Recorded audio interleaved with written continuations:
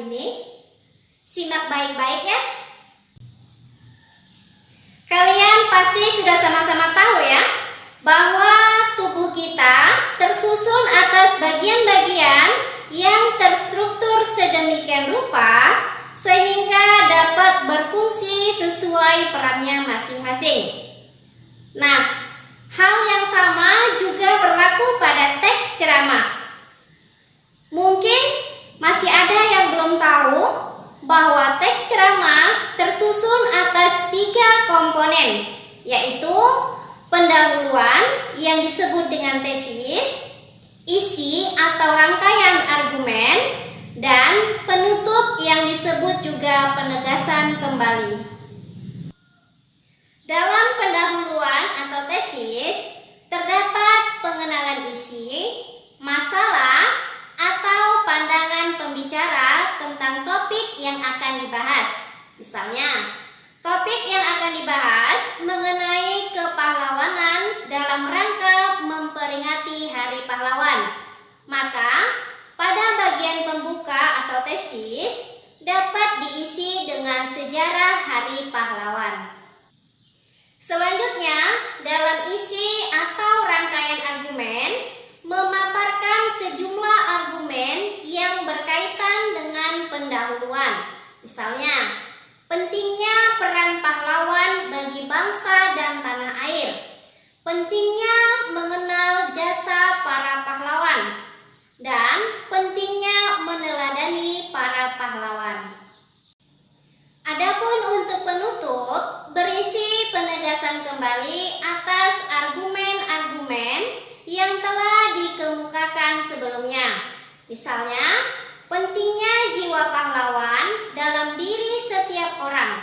Sebagai tambahan, bagian penutup atau penegasan kembali ini dapat sangat berperan jika ceramah yang dibawakan termasuk dalam ceramah persuasif. Contoh tesis. Pentingnya berbahasa santun. Pemilihan kata-kata oleh masyarakat akhir-akhir ini cenderung semakin menurun kesantunannya dibandingkan dengan zaman saya dahulu ketika kanak-kanak.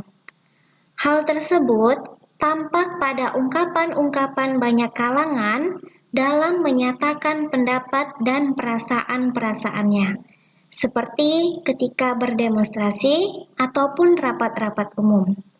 Kata-kata mereka kasar atau sarkastis, menyerang, dan tentu saja hal itu sangat menggores hati yang menerimanya. Seperti yang sudah kita ketahui, bahwa di dalam tesis membahas mengenai pengenalan isu, masalah, dan pandangan pembicara. Pada kalimat yang pertama, pemilihan kata-kata oleh masyarakat akhir-akhir ini cenderung semakin menurun kesantunannya dibandingkan dengan zaman saya dahulu ketika kanak-kanak. Nah, pada kalimat ini kita dapat menemukan pengenalan isu, yaitu menurunnya kesantunan berbahasa. Kemudian, pada kalimat yang kedua, hal tersebut tampak pada ungkapan-ungkapan banyak kalangan dalam menyatakan pendapat dan perasaan-perasaannya, seperti ketika berdemonstrasi ataupun rapat-rapat umum. Pada kalimat ini, kita dapat menemukan masalah. Permasalahannya itu terdapat pada ungkapan-ungkapan dalam berpendapat. Ungkapan-ungkapan tersebut dirasa tidak pantas untuk diungkapkan.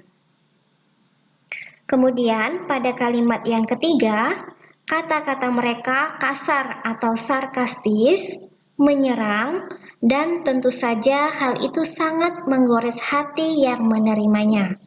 Pada kalimat ketiga ini, kita bisa menemukan pandangan pembicara. Menurut pembicara, bahasa atau ungkapan yang mereka gunakan itu sarkastis dan menyerang. Selanjutnya, bagian isi atau rangkaian argumen. Fenomena tersebut menunjukkan adanya penurunan standar moral, agama, dan tata nilai yang berlaku dalam masyarakat itu.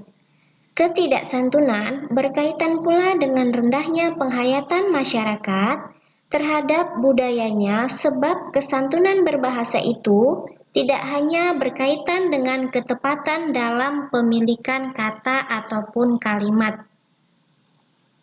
Kesantunan itu berkaitan pula dengan adat pergaulan yang berlaku dalam masyarakat itu.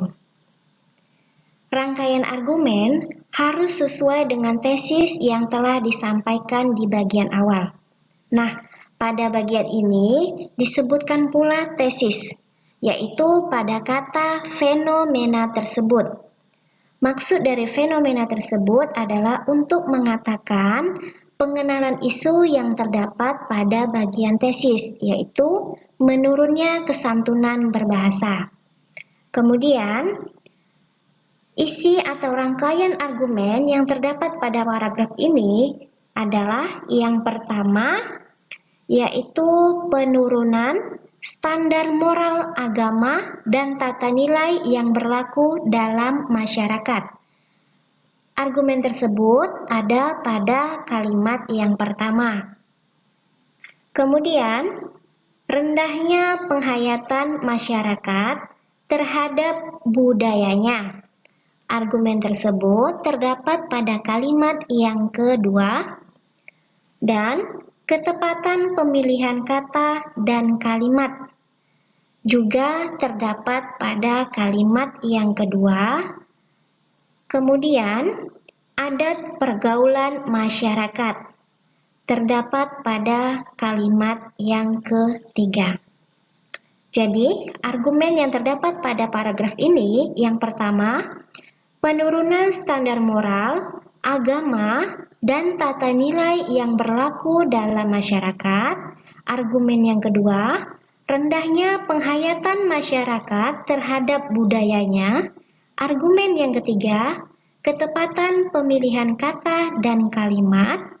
Dan argumen yang keempat, adat pergaulan masyarakat. Struktur yang terakhir, penutup atau penegasan ulang. Pada bagian penegasan ulang ini, membahas mengenai simpulan, saran, dan juga hasil penalaran. Berbahasa santun seharusnya sudah menjadi suatu tradisi yang dimiliki oleh setiap orang sejak kecil. Anak perlu dibina dan dididik berbahasa santun. Apabila dibiarkan, tidak mustahil rasa kesantunan itu akan hilang, sehingga anak itu kemudian menjadi orang yang arogan, kasar, dan kering dari nilai-nilai etika dan agama. Tentu saja kondisi itu tidak diharapkan oleh orang tua dan masyarakat manapun.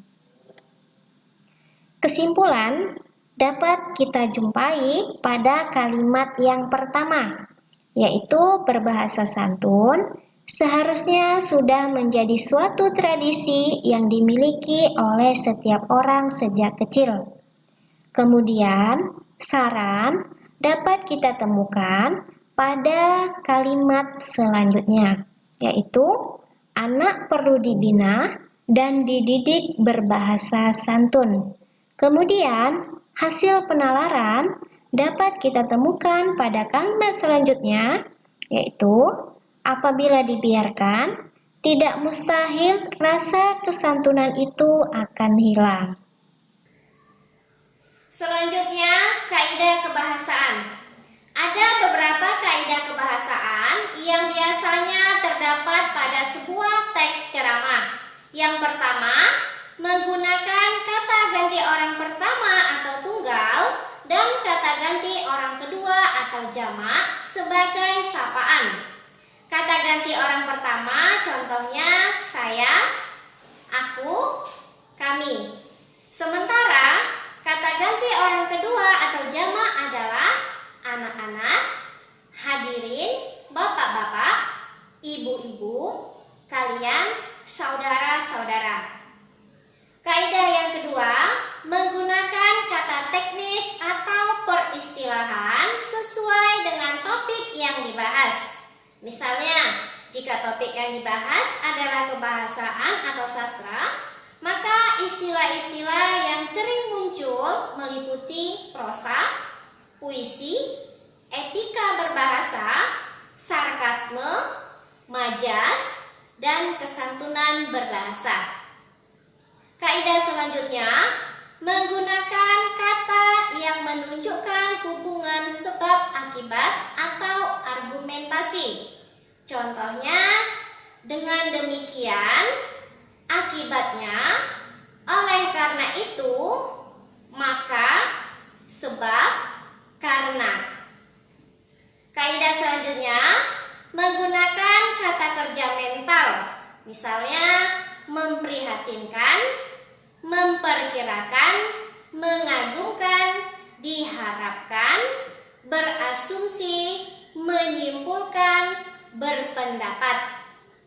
Kaidah selanjutnya, menggunakan kata persuasif seperti diharapkan, sebaiknya, hendaklah, perlu, harus.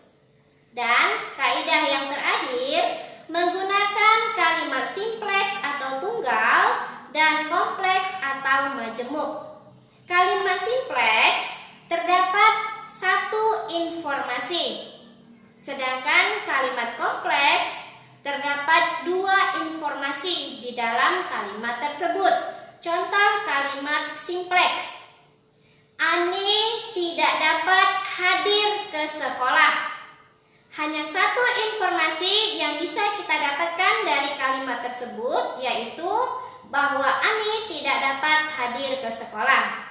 Kemudian contoh kalimat kompleks: Ani tidak dapat hadir ke sekolah karena hujan. Jadi pada kalimat tersebut terdapat dua informasi. Apa saja informasinya? Yang pertama, kita mengetahui bahwa Ani tidak dapat ke sekolah, dan informasi yang kedua, Ani tidak bisa ke sekolah karena hujan. Sekian materi kita pada video kali ini. Sampai bertemu di video selanjutnya. Wassalamualaikum warahmatullahi wabarakatuh.